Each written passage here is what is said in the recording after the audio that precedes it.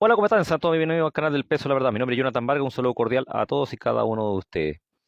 Y vamos a refutar a tal vez uno de los indoctos más grandes en redes sociales, en el mismo saco con John Feli, con Selvin Cruz, con el indocto del Hugo Guerra, alias el dogmático. Sí, es efimio. Así que no se lo pierdan porque lo vamos a refutar.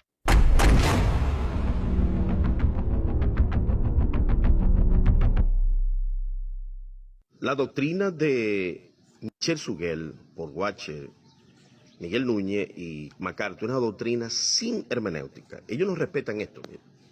Este es un libro de hermenéutica del filólogo Enrique Lang, colegiado por Editorial Vida. Nútrase de estas leyes para que no se deje engañar de estos corruptos. Ya, comenzamos obviamente con la falacia de petición de principio. Si tú me dices que Paul Washer, Miguel Núñez o Germán Michelet interpretan sin hermenéutica, bueno, demuéstralo, pero no lo digas. ¿Cuál es el argumento que ellos utilizaron en que están errados que utilizan sin hermenéutica? No hay. Pues entonces comenzamos con la falacia de petición de principio, porque son los clásicos indoctos que hablan gratis en redes sociales, hablan por hablar, es decir, sin demostrar nada, dama y caballero. Y más encima, se apoyan en este libro que es hermenéutica, ¿ya?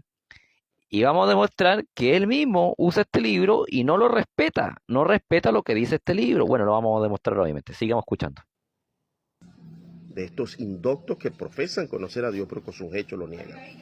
Eso que hace el ganarse la salvación por ti mismo es una falacia de petición de principio. No, no es una falacia de petición de principio. Aquí este indocto se refiere a un dicho de Sujel Michelén, criticando a aquellos que creen que la salvación se pierde. Él dice que simplemente es que ellos intentan ganarse la salvación por sí mismos. No es una falacia de petición de principio. Es la conclusión lógica. Es la conclusión lógica de aquellos que creen que la salvación se pierde, o lo mismo, o que depende de algo que ellos hagan o dejen de hacer. Así que por lo tanto no es una falacia de petición de principio, es una conclusión y es obvia, es tan obvia como que el agua moja. Porque evidentemente la salvación es gratis porque Dios pone la gracia. Ahí empieza una responsabilidad donde estás obligado a hacer buenas obras. ¿Qué? A ver, él dijo, la salvación es gratis porque Dios pone la gracia. No, indocto, no. No, la Biblia nos enseña que la salvación es gratis porque Dios pone la gracia. La Biblia dice que la salvación es por gracia, no que Dios pone la gracia. No es algo que el Dios haga el primer paso y después el hombre tiene que hacer el siguiente paso. No, indocto, no. Y cuando tú dices que ahí empieza la responsabilidad donde está obligado a hacer buena obra, pero indocto, si la Biblia dice que la salvación no es por obra, lo dice Efesios 2:9, en el que en el contexto está hablando de la salvación, te dice el verso 9 que está hablando del contexto de la salvación, no por obras para que nadie se gloríe. Te lo dice Tito capítulo 3 verso 5. Dice, no por obras el texto hablando de la salvación. Y que tú vengas a tergiversar el texto bíblico o inventar cosas que no se pueden leer en ninguna parte, que la salvación es gratis porque Dios pone la gracia. No, indocto, no. La salvación es por gracia. Y es más, dentro del Ordo Saluti, para que todos sepan lo que el Ordo Saluti es el orden de salvación, está en el campo de la justificación que pertenece a la salvación, hay un precio que se tiene que pagar. Entonces gratis no es. Claro, Cristo pagó por mí. La culpa, la culpa de todos mis pecados, yo por eso fui justificado y dentro de todo ese marco del Ordo Saluti, yo soy salvo por gracia.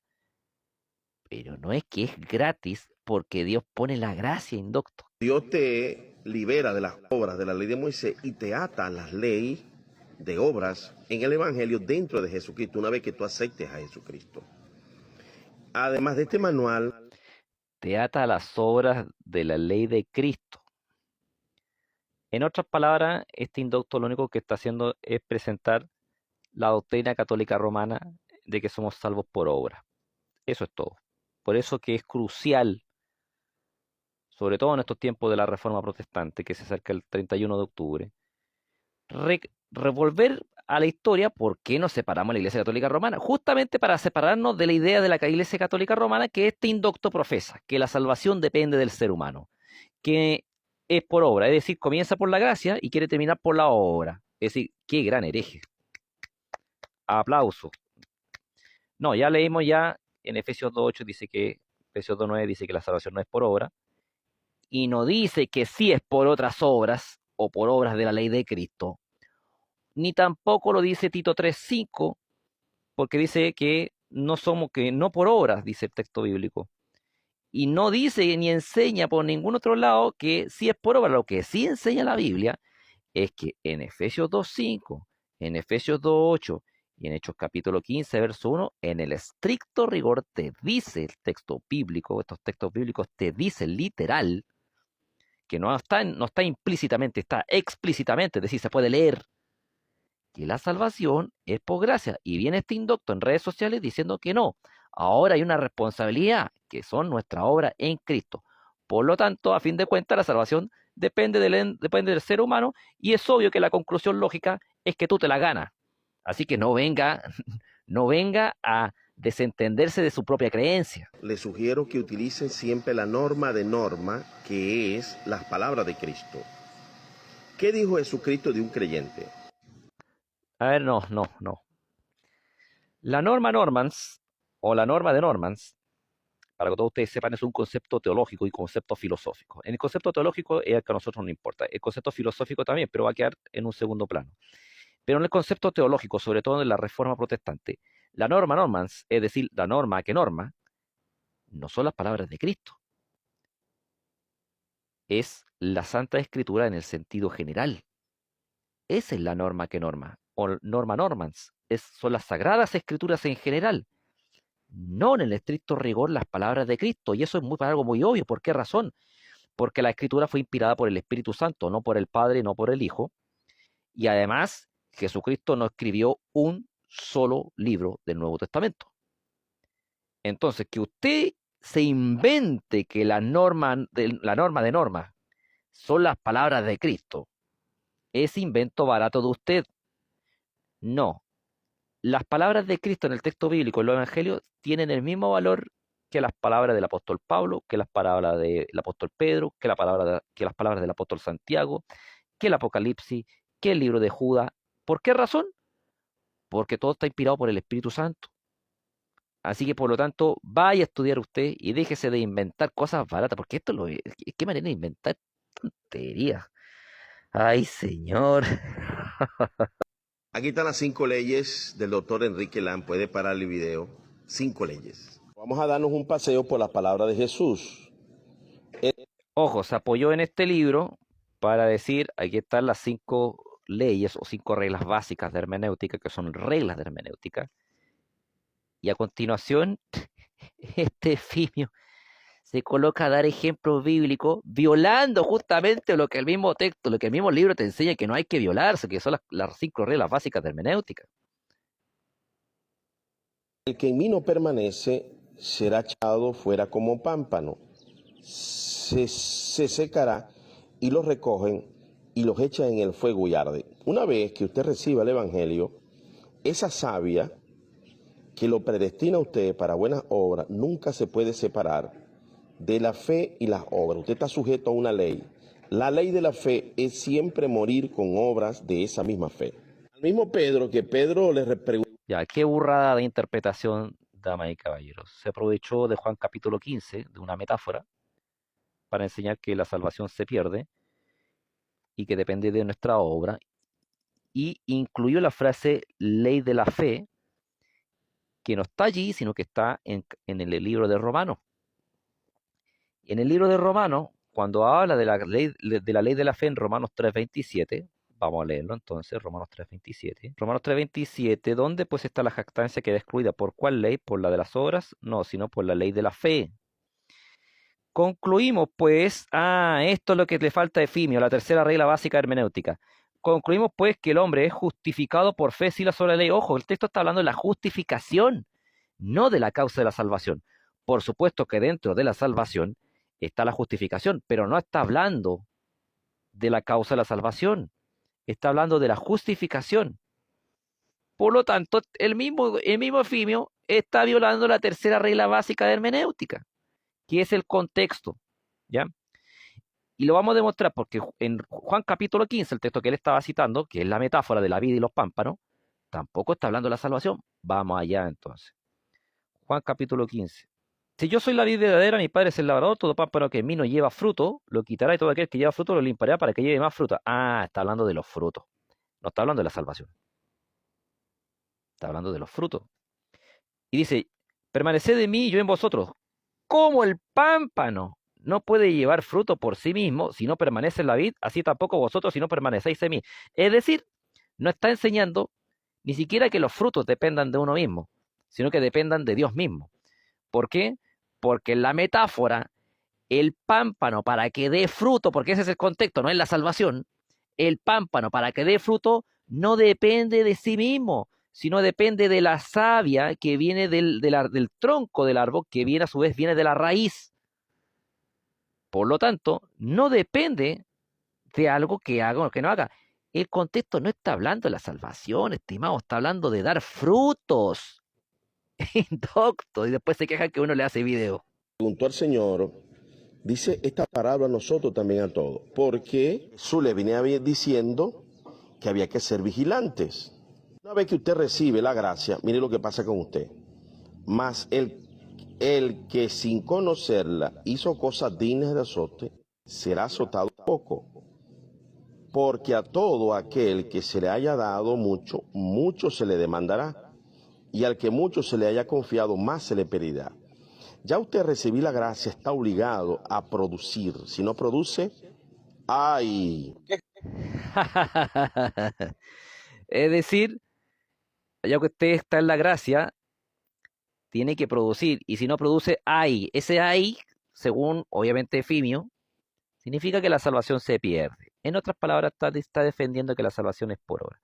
Y resulta que el texto bíblico no enseña eso. No está hablando de la salvación, nuevamente violando el contexto del pasaje. El verso 48 que acaba de leer está en Lucas capítulo 12, dice, mas el que sin conocerle hizo cosas dignas de azote será azotado poco, porque a todo aquel a quien se haya dado mucho, mucho se le demandará, y al que mucho se le haya confiado, más se le pedirá. En ningún pasaje, en ningún momento está hablando de la causa de la salvación, o que la salvación dependa de algo de nosotros. De hecho, si nosotros leemos unos cuantos textos más atrás, bueno, para entender el contexto, entonces, vamos entonces a Lucas capítulo 12, verso 35. Dice, está enceñido vuestros lomos y vuestras lámparas encendidas, y vosotros sed semejantes a hombres que aguardan a que su Señor regrese de las bodas. Es decir, ese es el contexto. El contexto es prácticamente la segunda venida de nuestro Señor Jesucristo. Observen el verso 37. Bienaventurados aquellos siervos a los cuales su Señor, cuando venga, halle velando, de cierto os digo que se ceñirá y hará que se sienten a la mesa y vendrá a servirles. Verso 38. Y aunque venga la segunda vigilia y aunque venga la tercera vigilia, claramente está hablando, ¿cierto?, de la segunda venida de Cristo. Verso 39. Pero sabed esto, que si supiese padre de familia a qué hora el ladrón había de venir, velaría ciertamente y no dejaría minar su casa. Verso 31, verso 40. Vosotros pues también estáis preparados porque a la hora que no penséis, el Hijo del Hombre vendrá. Ese es el contexto indocto y no la causa de la salvación. Está hablando de la segunda venida de Cristo y de la importancia de no estar ociosos y estar siempre activos al servicio de Dios. Observen lo que dice el verso siguiente, el verso 41 y 42 en adelante. Dice, y dijo el Señor, ¿quién es el mayordomo fiel y prudente, el cual su Señor pondrá sobre su casa para que a tiempo les dé su ración? Bienaventurado aquel siervo al cual cuando su Señor venga y le haya haciendo así. Verso 45, mas si aquel Señor dijera en su corazón, mi Señor tarda en venir. Ah, el contexto siempre es la segunda venida de Cristo. Y observen lo que dice el verso 46. Vendrá el Señor de aquel siervo en día que éste no espera y a la hora que no sabe, y le castigará duramente y le pondrá con los infieles. Verso 48. Mas al que sin conocerle hizo cosas dignas de azote será azotado poco, porque a todo aquel a quien se haya dado mucho, mucho se le demandará, y a aquel mucho que se haya confiado, más se le pida. En ningún momento se enseña que la salvación depende de las obras. El contexto es la segunda venida de Cristo. Y dentro del contexto de la segunda venida de Cristo, la importancia de no estar ociosos y siempre al servicio siempre activo en la obra de Dios. Entonces, el señor Efimo viola la tercera regla básica de hermenéutica del mismo libro que él mismo está, que él mismo está enseñando que hay que leer. Es decir, promueve el libro que él no lee. Entonces vamos al libro de hermenéutica de Alon y Alans en la página 39, página 39. Dice tercera regla, dice, o regla tercera. La tercera dice, es necesario tomar las palabras en el sentido que indica el contexto, a saber, los versículos que preceden y siguen al texto que se estudia, cosa que no hizo el doctor Efimio. Entonces que no venga a hablar, porque ese contexto no habla de la salvación, él forzosamente ahí intentamos hacer, y forzosamente queremos decir que el ser humano es salvo por obras. ¿Ah? No, indocto, la salvación no es por obra. Este es un católico romano infiltrado, yo ya me he dado cuenta ya. Jesús desecha aquí a los que hacen milagros. Aquí dice, entonces les declararé, nunca conocí. ¿Por qué? ¿Porque hacían milagros? No, no porque hacían milagros, sino porque eran hacedores de maldad. Por eso que a las 7 iglesias de Apocalipsis, Espérate ahí. Estamos leyendo ahí en Mateo 7, porque ni siquiera este indocto se da el trabajo de citar los textos bíblicos. Claro, Mateo 7 dice, entonces os declararé, nunca os conocí, apartados de mí, hacedores de maldad. Nunca os conocí, es decir, nunca fueron salvos. Si tú quieres interpretarlo de esa manera, nunca fueron salvos. ¿Dice el texto que perdieron su salvación? ¿Dicen que eran salvos? No, no dicen que eran salvos. Dice Cristo allí en el texto, dice, nunca os conocí. Nunca, nunca. ¿Sabe cuándo es nunca? Nunca. Es decir, nunca fueron salvos. Listo, se acabó. ¿Ya? Esto no necesita mucha ciencia, dama y caballero. Estos son los indoctos católicos romanos infiltrados en redes sociales que lo único que hacen quieren volver a traernos al catolicismo romano otra vez. Esa es la realidad de las cosas. habla, yo conozco obras. Y al final Apocalipsis, he aquí yo vengo pronto y mi galardón conmigo para recompensar a cada uno según su obra. Estas obras tienen que ser en el Señor Jesús, no en la ley de Moisés. Absolutamente de acuerdo. Recompensa de obra. Y no va a pensar que la recompensa por obra que se les da a los creyentes significa salvación por obras. Por favor, por favor.